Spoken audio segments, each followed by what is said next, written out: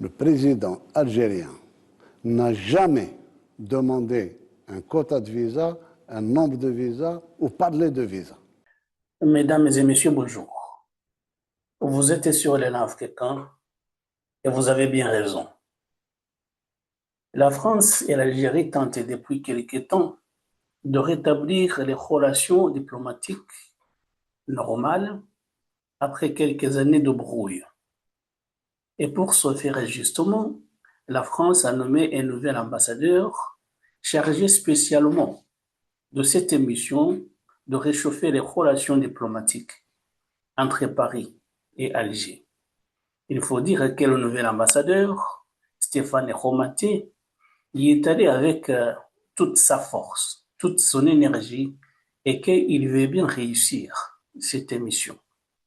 C'est justement dans ce cadre qu'il a accordé quelque temps un entretien à un média qui s'appelle Tout sur l'Algérie, TSA. Dans cet entretien, il a affiché sa bonne volonté de voir que les relations diplomatiques entre les deux pays se rétablir de façon positive. Et c'est au cours de cet entretien qu'il a dit qu'il a parlé de plusieurs choses normalement.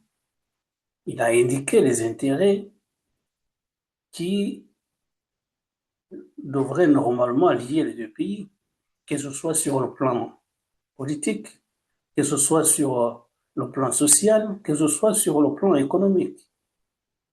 Et par exemple, il a dit il y a beaucoup de familles d'origine algérienne qui sont en France. Il y a beaucoup de Français qui séjournent également en Algérie. Et bien entendu, il faut que les membres des familles respectives aillent voir les leurs qui sont de l'autre côté de la Méditerranée.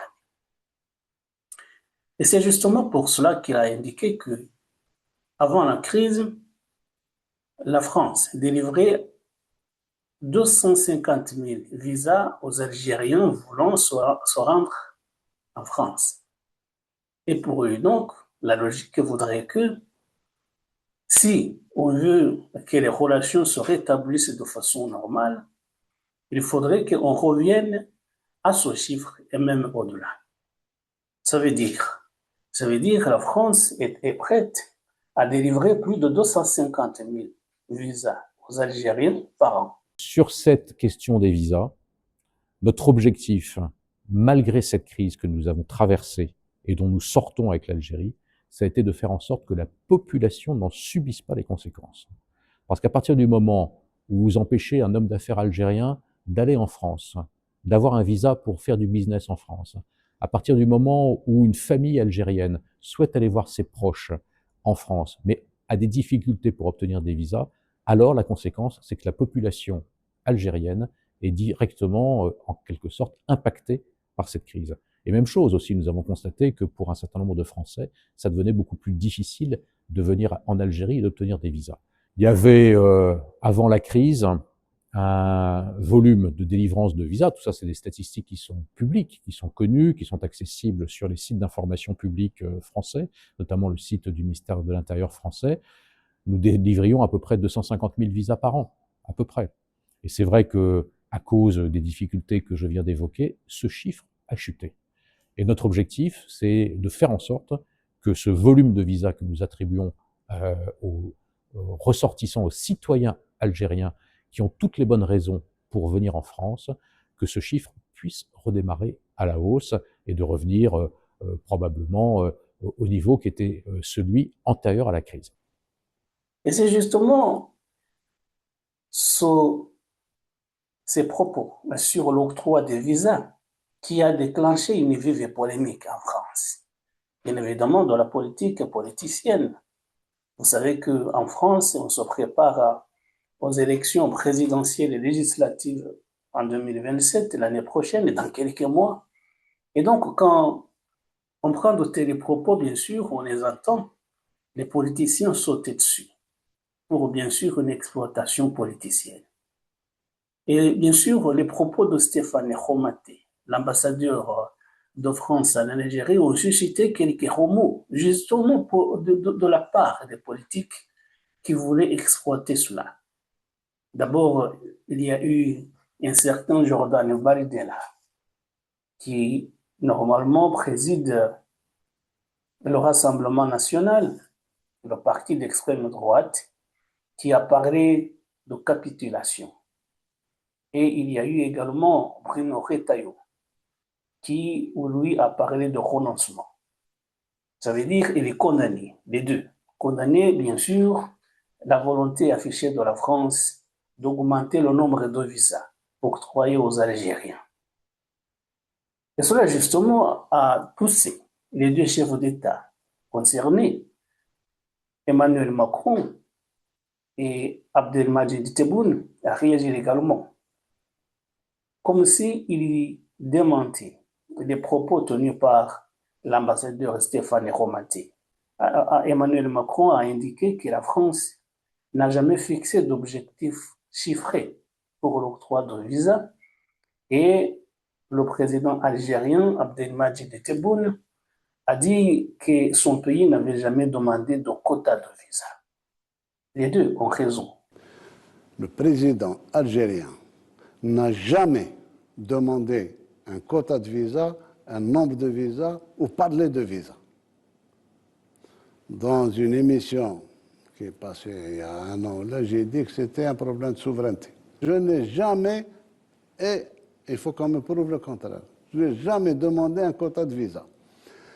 Parce que les Algériens qui émigrent actuellement, c'est des intellectuels, c'est des médecins, c'est des ingénieurs, il n'y a plus d'ouvriers qui vont là-bas. Deuxièmement, je n'ai jamais demandé d'excuses, parce que la même minorité agissante, le gouvernement, chaque fois il s'excuse, il ne s'est jamais excusé et je n'ai jamais demandé d'excuses et l'Algérie ne demandera pas d'excuses. Il n'est pas fou pour demander des excuses à une génération qui n'a rien à voir avec ce qui s'est passé il y a 2 siècles.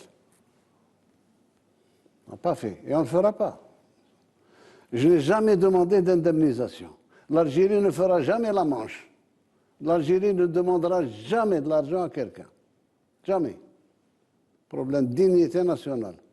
Mais j'ai demandé la réparation en ce qui concerne les essais nucléaires, parce qu'il y a des dégâts collatéraux jusqu'à présent. Évidemment, c'est ce qui est. Mais Stéphane Romaté n'a jamais dit que ce qu'il disait était inscrit dans la politique de la France, ou que c'est l'Algérie qui en avait fait la demande. Jamais. Il disait tout simplement que la logique même voudrait que si les relations diplomatiques devaient se rétablir, il faudrait qu'on revienne au nombre d'avant la crise, 250 000 visas par an, ou même au-delà. Au vu justement des réalités qui sont là. Ça veut dire qu'il y a des familles qui sont de l'autre côté de la Méditerranée. Il faut que les gens aillent voir les leurs. Il y a des hommes d'affaires qui doivent se rendre en France pour justement leur activité économique. Et vice-versa. Il y a des Français qui doivent aller en Algérie pour bien sûr des activités économiques. Mais ce qui nous intéresse ici, c'est des Algériens qui doivent aller en France pour des activités économiques.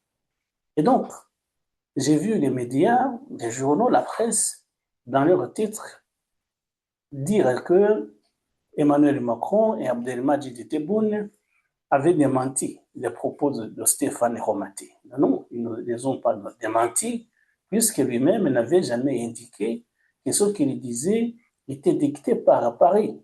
Non, c'était lui, de sa propre initiative, au vu d'ailleurs de la réalité du terrain, qui pensait que cela devait se faire comme cela. Et il avait raison. Et dans sa réaction, bien sûr, le président Abdelmadjid Tebboune a apporté beaucoup d'éclaircissements sur les relations entre son pays et la France, indiquant par exemple que son pays ne faisait jamais de manche. Et bien sûr que l'Algérie ne fait pas dommage, puisque l'Algérie est un pays qui a tout pour s'autosatisfaire sur le plan financier. Il a dit tout simplement que son pays avait demandé à la France de reconnaître les crimes du passé, les crimes que l'armée française a commis en Algérie lors de la guerre d'Algérie. C'est un point de friction entre les deux pays normalement.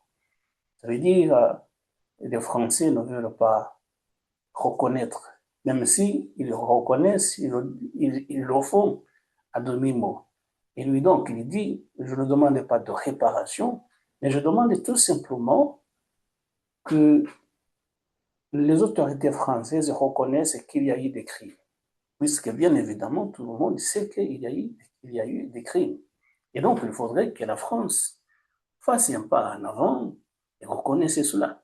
Je ne demande pas d'excuses, je ne demande pas que les gens qui sont aux responsabilités maintenant s'excusent au nom de ceux qui ont fait cela il y a 70 ans. Non, non, je demande tout simplement que cela soit reconnu officiellement qu'il y a eu des crimes commis par la France en Algérie. Ça, c'est le premier point. Et donc, il n'a pas démenti les propos de Stéphane Romaté, tout simplement, il a apporté quelques éclaircissements. D'abord, pour ce qui est des visas, mais aussi sur les points qui séparent, les points de désaccord entre Alger et Paris. Et voilà.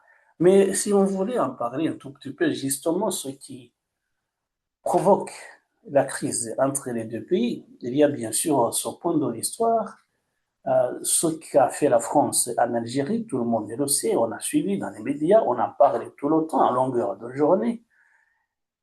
Il y a des points de désaccord sur ce point historique. Mais il y a également, par exemple, des questions de la géopolitique. Vous savez qu'il n'y a pas longtemps, la France a soutenu officiellement le plan marocain d'autonomie du Sahara occidental dans le cadre de la souveraineté marocaine. Alors que l'Algérie soutient l'indépendance du Sahara occidental. Quand la France a reconnu le plan marocain d'autonomie du Sahara occidental dans le cadre de la souveraineté du Maroc, cela a provoqué la colère de l'Algérie qui a appelé son ambassadeur à Paris. Et donc, c'est un des points forts de la crise. C'est un des points qui a provoqué la crise entre les deux pays. Comment est-ce qu'on va normaliser cela? Peut-être que ça va être très, très compliqué, parce que la France ne reviendra pas en arrière. Dire qu'elle ne reconnaît plus, elle ne soutient plus le plan marocain d'autonomie du Sahara occidental dans le cadre de la souveraineté marocaine, la France ne va pas revenir en arrière. Comment est-ce qu'on va s'y prendre? Bien sûr, j'espère que l'ambassadeur Stéphane Romaté est en train de travailler là-dessus avec les autorités algériennes. Dans tous les cas, ce que je voulais dire aujourd'hui, c'est de dire simplement qu'il ne faudrait pas que les gens tombent dans la facilité et dire que les deux présidents, Emmanuel Macron et Abdelmadjid Tebboune, ont démenti les propos de Stéphane Romaté. Ce n'est pas vrai. Ce n'est pas vrai, ils n'ont pas démenti. Ce qu'a dit l'ambassadeur était tout simplement quelque chose de logique que tout le monde constate. Vous ne pouvez pas dire on va rétablir nos relations diplomatiques et dire on va refuser les visas à vos ressortissants. Et normalement, les demandes sont énormes. Il y a beaucoup de demandes de visas de la part des Algériens qui veulent se rendre en France. Et donc, si vous voulez que les choses se rétablissent de façon normale, vous ne pouvez pas refuser les visas à ceux qui les demandent. Cela, c'est normal. C'est ce que disait tout simplement l'ambassadeur de France en Algérie. Et cela est une évidence même. Mais sinon, il faut se féliciter également de la volonté affichée par les deux pays de normaliser leurs relations. Puisque, bien entendu, quand il y a une crise comme celle à laquelle on assiste depuis quelques temps, c'est les populations qui en souffrent.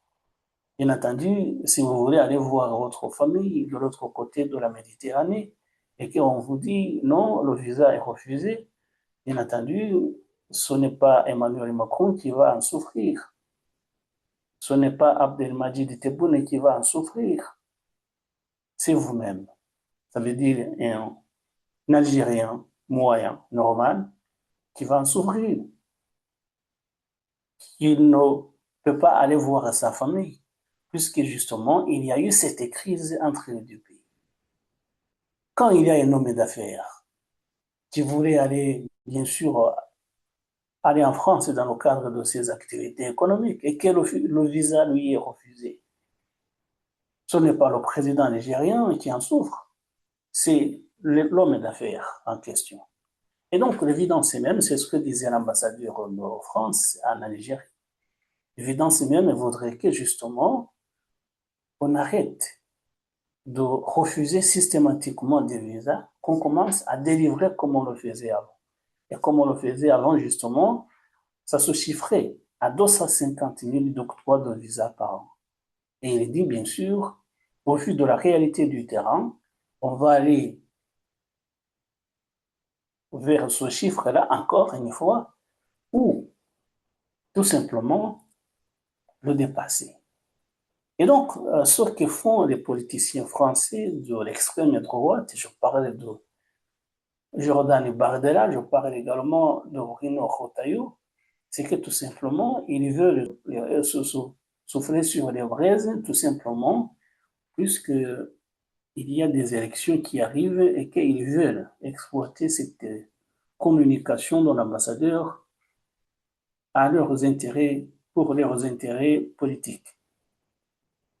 Mais quand je vois justement Bruno Retailleau,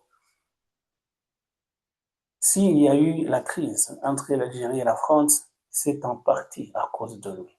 Il était ministre de l'Intérieur et il passait son temps à parler justement de la repentance. Ça veut dire le fait de demander pardon aux Algériens pour les crimes commis dans leur pays lors de la guerre d'Algérie. Il passait son temps à vouloir renvoyer les imams d'origine algérienne dans leur pays. Il était ministre de l'Intérieur, mais on avait l'impression que sa mission, c'était de s'occuper de l'Algérie et des Français ou des ressortissants algériens résidant en France. Il en avait fait son motif politique. Tout le monde le voyait. Il a été à la base, justement, peut-être qu'il y a d'autres raisons, mais lui, il a contribué largement à ce que les relations entre les deux pays se détériorent. Et maintenant qu'il y a des gens comme le nouvel ambassadeur qui veulent faire en sorte que les relations se rétablissent, il est là pour critiquer, pour dire qu'il y a du renoncement. C'est un peu quand même bizarre.